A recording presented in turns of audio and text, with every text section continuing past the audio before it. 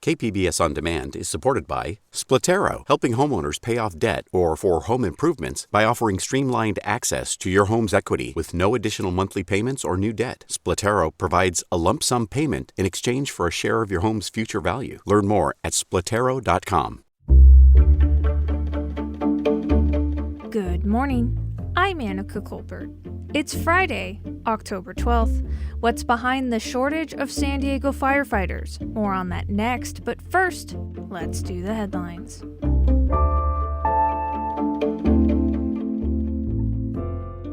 On Monday, Poway Unified School Board members voted unanimously to hold their next meeting online because of security concerns. Superintendent Dr. Marianne Phelps said board members and their families are receiving death threats. She also described how protesters have terrorized school officials on district property and at their homes. Student School Board member Winnie Hsu was at a meeting in October that was stormed by protesters and ended in arrests. She's also received threats. Numerous threats through my board email regarding mask mandates, vaccine mandates, regarding just the way that the district has been dealing with the coronavirus during this school year. So it's definitely been harrowing as a senior in high school experiencing these things. Hsu says school officials are merely following the state's public safety guidelines. As of Tuesday, more than 7,000 children ages 5 to 11 have gotten their first dose of COVID-19 vaccine. That's according to the county's latest data. They'll now be included in the county's overall vaccination count going forward. 81% of San Diego residents 5 and older have received at least one dose of COVID-19 vaccine.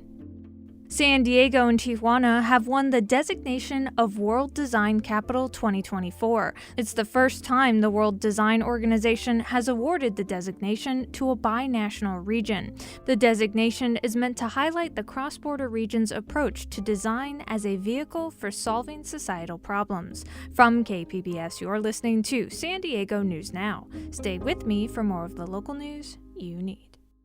KPBS On Demand is supported by UC San Diego's Art Power, presenting cellist Joshua Roman, performing from his album Immunity, alongside music by J.S. Bach and more, Sunday, June 22nd at UC San Diego's Epstein Family Amphitheater. Reserve your tickets at artpower.ucsd.edu.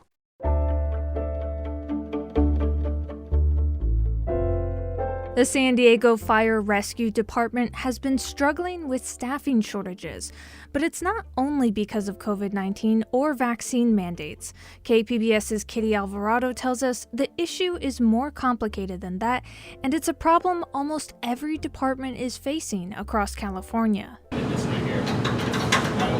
It's a beautiful day in San Diego, and the fire crew at Station 1 is starting their day. While everything looks normal, we've got an exhausted workforce. Back at San Diego Fire and Rescue Headquarters, Chief Colin Stowell says it's been a struggle to keep the department's 50 stations fully staffed. Yes, we're seeing less and less people sign up and voluntarily want to take overtime shifts, and so sometimes those sit empty. He says the staffing shortage has already resulted in a brownout of a station this year. On that day, 95 people called out. That's 1/3 of the day's workforce. That's the absolute last resort for us, is to have to shut down a first responder unit, and it really came down to we just did not have enough bodies. Stowell says COVID isn't the only reason this is happening. We're also seeing a combination of retirements and some folks leaving the department for either other departments or a change of career. But COVID sure hasn't helped, and the city's vaccine mandate deadline is looming. About 12% of his department is unvaccinated. Definitely a concern of mine, and it could be very impactful. But he's also seeing a sharp decrease in applicants.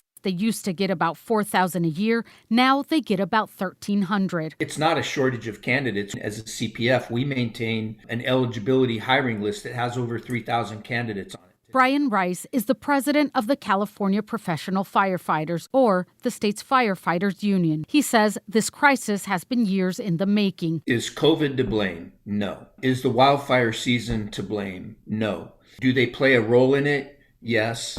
But to me, the blame falls squarely on cities, counties, and municipalities as employers for failing to hire the adequate number of firefighters. He says it started during the recession when overtime became the norm instead of hiring. This is a choice that municipalities have made, and they're betting that the disaster is not going to come to their community. And so far, I think it's proven wrong. Rice says departments have to stop relying on overtime because it takes its toll. The health of firefighters, men and women, a good part of that depends on them being able to go home and decompress and rebuild their strength. Rice also says the state's fire department, CAL FIRE, must do better so they don't burn out their staff or have to rely so heavily on city departments during disasters. They use seasonal employees, part-time employees. For years, they have relied on the prison system to try to augment that staffing, and I think it's shameful, and the state of California should be blamed in no uncertain terms for trying to get away on the cheap. Brian Marshall is the state's Office of Emergency Services fire chief. There, they coordinate resources from all over the state during major wildfires and disasters. He says he's seen a difference in the requests they've made for fire resources in the last few years. We're seeing approximately 50% of what we've seen in prior years, forcing those on the front lines of mega fires to work longer shifts. These firefighters are literally gone all summer long. And with COVID and year-long fire season pushing departments to the breaking point, the question is, will we have enough manpower if the big one hits during a mega fire or another disaster? It is a fear, I think, by all emergency managers that there will be simultaneous disasters across the state. And are we going to have enough resources when somebody calls 911 for help? Stowell says there's no doubt there's a staffing crisis plaguing departments across the state, including his. But he's optimistic with their proactive recruitment, they will meet their staffing goals by 2023. And despite the challenges, Stowell hopes more young people consider a career in the fire service because there's a lot of opportunity and the work is fulfilling. You leave the next day when you're heading home and you know you made a difference in somebody's life. And you don't get that kind of satisfaction from a lot of careers. And that was reporting from KPBS's Kitty Alvarado.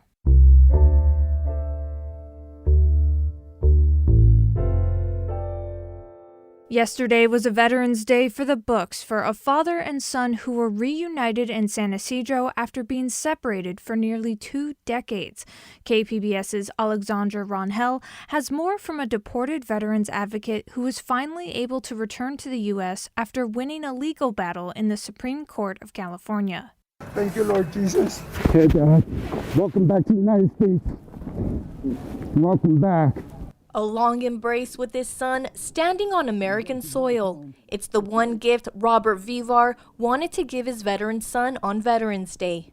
Incredible journey, a lot of struggle, but a lot of guidance from God. After winning a legal battle that lasted nearly 2 decades, Vivar was able to restore his lawful status in California and come back home. His son Bobby Vivar says there were times he doubted this day would come, but his dad never lost faith. I got a ton of emotion right now, I'm super excited. I can't wait to see him, I can't wait for his granddaughters to be with them and, hug him and, because he missed a lot. From birthdays to holidays, Vivar missed years with his family after pleading guilty to a shoplifting charge in 2002. Little did he know that plea would get him deported to Mexico, but a new state law allowed him to come back. The California Supreme Court finally issued a decision that set precedent and allowed him to vacate the conviction that was the reason why he was deported. Vivar's lawyer, Dane Schickman, says there are so many deportees with similar stories. So many people have been unjustly exiled from their families, people who are as American as anyone standing here. Robert Vivar is not a veteran, but was raised in a military family. While living in Tijuana, he became a voice for deported vets. We care for our families. That's why I got so involved with deported veterans, because even though, they were not my blood, but they're our family as well. Vivar serves as co-director for United U.S. Deported Veterans and says he will not stop fighting to help vets who were deported. Just like our logo on our shirt, "Leave no one behind," which is the Marine logo. We don't leave no one behind. We're gonna go back home. Hoorah! And that was reporting from KPBS's Alexandra Rangel. California is on the verge of having a license plate dedicated specifically to women veterans. KPBS's military reporter Steve Walsh says it would be more than just symbolic. The Foundation for Women Warriors hopes to pass another milestone. At the moment, California does not have a license plate honoring female veterans, says CEO Jody Grenier. There's been numerous incidents where a woman parks in a veteran spot and is often confronted saying that spot's for a veteran, when in fact she is the veteran. And so this is just another way for society to get on board and realize that women are serving in increasing numbers. It can be isolating, contributing to issues like veteran suicide. It can make it harder for women to demand changes in veterans' health care. At least 50 people need to sign up for the plate before it can be offered by the state. The Foundation for Women Warriors is asking people to sign up at their website. And that was KPBS military reporter Steve Walsh. Coming up, keeping arts education going for school children during the pandemic was no easy task for one nonprofit. We lost about 50% of our income pretty quickly. We'll have more on that next, just after the break.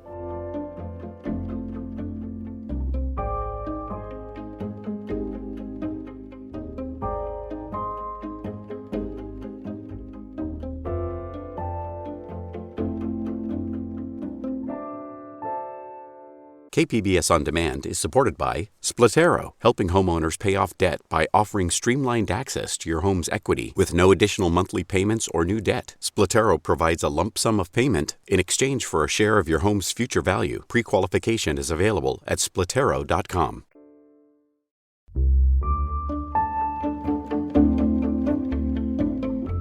The pandemic has brought change to so many lives. Sometimes the change has led to rebirth. KPBS's John Carroll tells us about one local nonprofit that figured out how to survive during the pandemic to continue bringing the arts to school children across San Diego County. When you don't know what tomorrow's going to bring, you need something to bring you back and ground you. And that's what we get from the arts. That was Adrienne Valencia last year in a story we did in the early days of the pandemic. Then and now, Valencia led an organization dedicated to bringing the arts to school children. What she didn't know at the time was the extraordinary challenge COVID would present. Like so many others, the group went virtual. And our teaching artists were absolutely brilliant and made those changes very quickly. But more changes would have to be made. COVID meant a significant loss of funding. Schools were finding that they had to put their funding in different places. And so we lost about 50% of our income pretty quickly. Valencia and her staff knew that for the organization to survive, some difficult decisions were ahead. We let go of our office space, and we've been working remotely since the end of October 2020. We took a few elements of our business practice and put them in-house, such as our grant writing and our accounting. But all that wasn't enough. One more big change, a painful one, was still to come. The group had been affiliated with Young Audiences of America since the late 60s. The national group has branches all over the country dedicated to bringing the arts to school children. Valencia and her board decided retaining membership with Young Audiences just wasn't worth it. We just found that it made more sense for us to separate from them. Separating from Young Audiences meant change from top to bottom. The group rebranded itself. They're now known as Arts Education Connection San Diego. A new name, a new logo, but the mission has not changed. A dedicated group of teaching artists still share the arts with children through 5 disciplines: music, theater, dance, visual, and literary arts. Sharing, teaching the arts to children during the darkest days of the pandemic revealed a silver lining. The separation from our friends and family was eased a bit by the kind of togetherness that only the arts can bring. And that really relates to our new name, because the arts really do connect us to one another, connects us to history, connects us to science, connects us in so many different ways.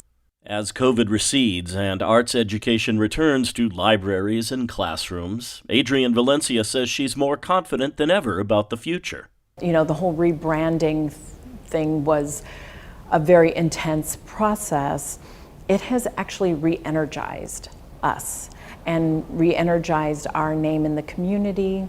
We interviewed Valencia in the Malcolm X Library, one of many locations where Arts Education Connection San Diego has conducted their programs.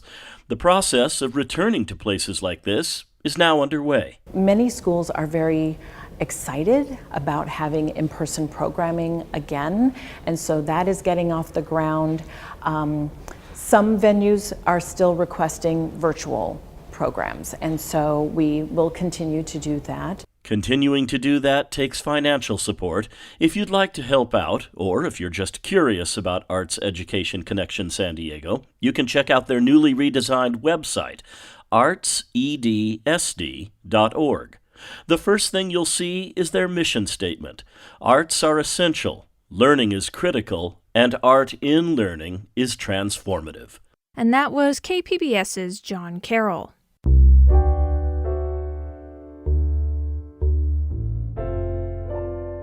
Media Arts San Diego is hosting the first ever age-friendly film festival tomorrow. And if you're curious about what that is exactly, KPBS's arts reporter Beth Accomando has more.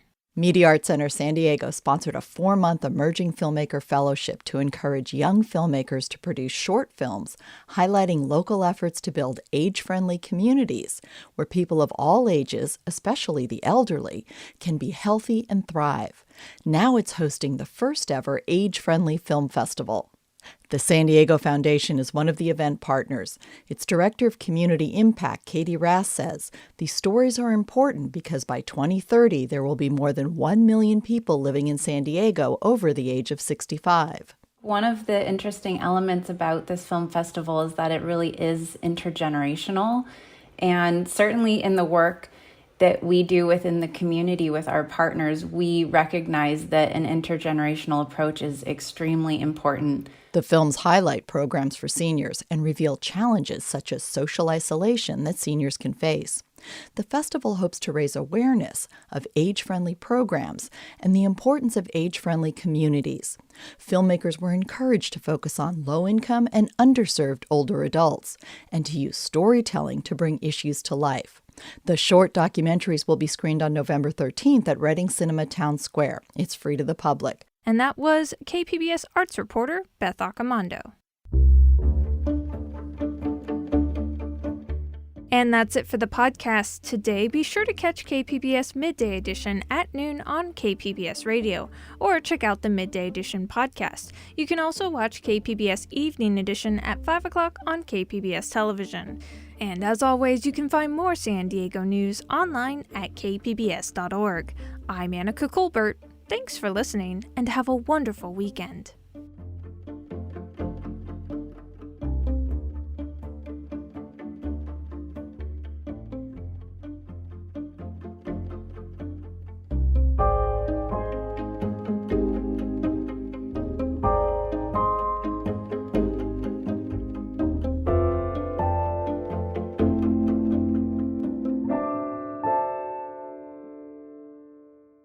KPBS On Demand is supported by UC San Diego's Art Power, presenting cellist Joshua Roman, performing from his album Immunity, alongside music by J.S. Bach and more. Sunday, June 22nd at UC San Diego's Epstein Family Amphitheater. Reserve your tickets at artpower.ucsd.edu.